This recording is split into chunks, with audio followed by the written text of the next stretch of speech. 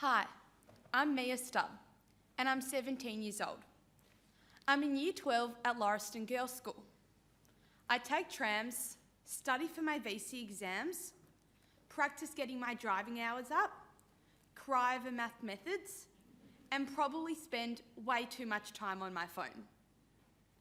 I'm also Jewish. And being Jewish in Melbourne, Australia, right now, it's complicated, it's heavy, and sometimes it's frightening. It feels like I'm walking around with an invisible label on my back, one that I didn't choose, but was stuck on me, one that people are reacting to anyway. I didn't change, but the world around me definitely is. A few weeks ago, my 10-year-old brother in grade 5 went to the Melbourne Museum on a class excursion, proudly wearing his Mount Scopus uniform. Some older students from another school saw these 10-year-olds and started shouting, "Free Palestine, you dirty Jews." My fun-loving brother and his innocent friends, who spend their weekends to bike rides to 7-Eleven or kicking footies in the park, didn't know what to say. They didn't understand what they had done so wrong. These older teenagers clearly didn't see a class of loud, smiley primary school students. They saw a threat. They see a target.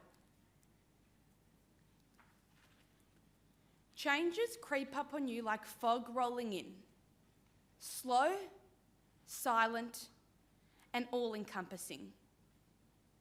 I now tuck my Star of David necklace under my jumper. Think twice before saying I'm Jewish. I avoid those once exciting CBD visits with my friends on the weekends because of the protests. And here's the thing, I care about suffering, I care about human rights. I cry watching those same videos from Gaza that everyone else does. But somewhere along the way, we stopped making room for both empathy and complexity. After the Hamas attacks on Israel on October the 7th, 2023, antisemitism in Australia has skyrocketed. A 300% increase in reported incidents. In Melbourne, Jewish Australians have been verbally and physically abused. Jewish schools need armed guards due to constant threats and vile graffiti. Jewish students are too afraid to attend uni. At Melbourne University, lecturers, adults, teachers barricaded themselves in their own offices during recent violent protests. Think about that. In a country like Australia, our country, this is happening. In the past year alone, the Adass Israel Synagogue in Ripponlea, just a 15-minute drive from this very building, was firebombed. A group stormed a city restaurant to harass Jewish diners. Melbourne's oldest synagogue in the city was set alight, with families, grandparents, children inside enjoying a Sabbath meal. These incidents have some parallels with 1930s Germany, when Jewish homes, stores, and businesses were set alight and had windows smashed in the now infamous Kristallnacht, German for the night of broken glass. As Jews, we say never again. But what if again is already happening? Just quieter, just slower. I tried to talk to a friend about how I felt. She said, "It's not about you. People are angry at Israel, not Jews. But when my community needs 24-hour security just to pray. And when I'm the one walking with my grandmother on Jewish New Year, the holiest day in our calendar, and have the Heil Hitler hollered from a car across the road, it's hard not to feel that the hate is about us. I want to be thinking about school formal, graduation, uni offers, if I'm ever going to pass math methods. Instead, I'm thinking about if I'm safe at the train station, or how to explain antisemitism to someone who's already decided I'm powerful and privileged just because I'm Jewish. Some nights I lie in bed wondering, if I say something online, will I lose my friends? Or if I say nothing, do I lose myself? And what we are seeing isn't just an Israel thing. It's hate speech becoming normal. And one of the greatest threats to any democracy is when hate speech becomes conventional. We hide behind words like freedom and activism. But if it incites violence, if it creates fear, it's no longer freedom. The French philosopher Voltaire declared, "I may disapprove of what you say, but I will defend to the death your right to say it." But that doesn't mean hate speech hiding behind free speech. Democracy means people can disagree, even offend, but not incite hatred. As Australians, we have to decide what kind of country we want to be. If we want social cohesion, we need elected leaders who stand up and say hate speech is not free speech. It's a threat. And hate speech leads to hate crimes. Last December, the Simon Wiesenthal Centre, a human rights organisation in Los Angeles, issued a travel alert for Jews visiting Australia. That's not nothing. It's not just a glitch in our system. That's the world saying, "Hey Australia, we are worried about you." All democracies are built on balancing freedoms: speech, protest, belief.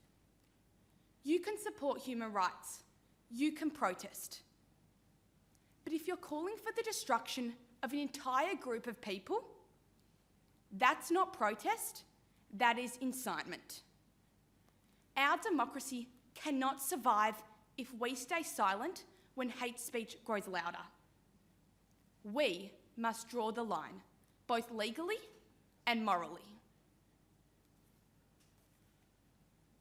Our elected leaders must do more than condemn. They must act. We need laws that don't confuse hate speech with free speech, that treats incitement, intimidation, harassment as what they really are: attacks on democracy itself. This is not a left or right issue. This is a right and wrong issue.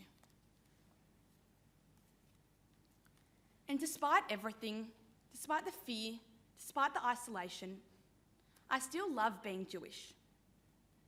I love Shabbat dinner every week with my cousins and the way challah smells fresh out of the oven. I love singing Hebrew songs off key with my family. I love that our holidays revolve around food, survival, and awkward family debates. Being Jewish is complicated, ancient, emotional, beautiful. It's not political, it's personal, and it's mine. My great-grandparents overcame the Holocaust, experienced the horrors of Auschwitz, survived through a genocide that resulted in the extermination of 11 million people, 6 million Jews, their grandparents, parents, siblings, all murdered. My great-grandparents came to Australia, because they believed it was safe. Here, they could raise Jewish children without fear. Now, their own great-granddaughter, me, is afraid to wear their necklace in public. So, this is what I ask of you. See me, talk to me, ask questions. Call it out when you see antisemitism, even when it's subtle, even when it's a simple tweet or TikTok online. And please, don't assume that being loud means being right. This isn't about choosing sides, this is about choosing decency. You can care about Palestinians and you can care about Jews. It's not either or, and it never was. We're asking for a space in the conversation, not to dominate in it, just to exist in it. Elie Wiesel said, "The opposite of love isn't hate, it's indifference. I don't want your pity, I want your attention, your courage, your voice. Let's honour that, not by defending hate, but by defending each other." I'm 17 and I'm tired, but I still have hope. I hope that one day I won't have to explain my existence. I hope that my necklace won't feel like a chain choking me. That my Star of David on my chest won't be mistaken as a threat. That I won't have to hide to be safe or silent to belong. I hope that Australia will live up to the promise that it offered my great-grandparents. Because being Jewish is hard right now, but it's also powerful.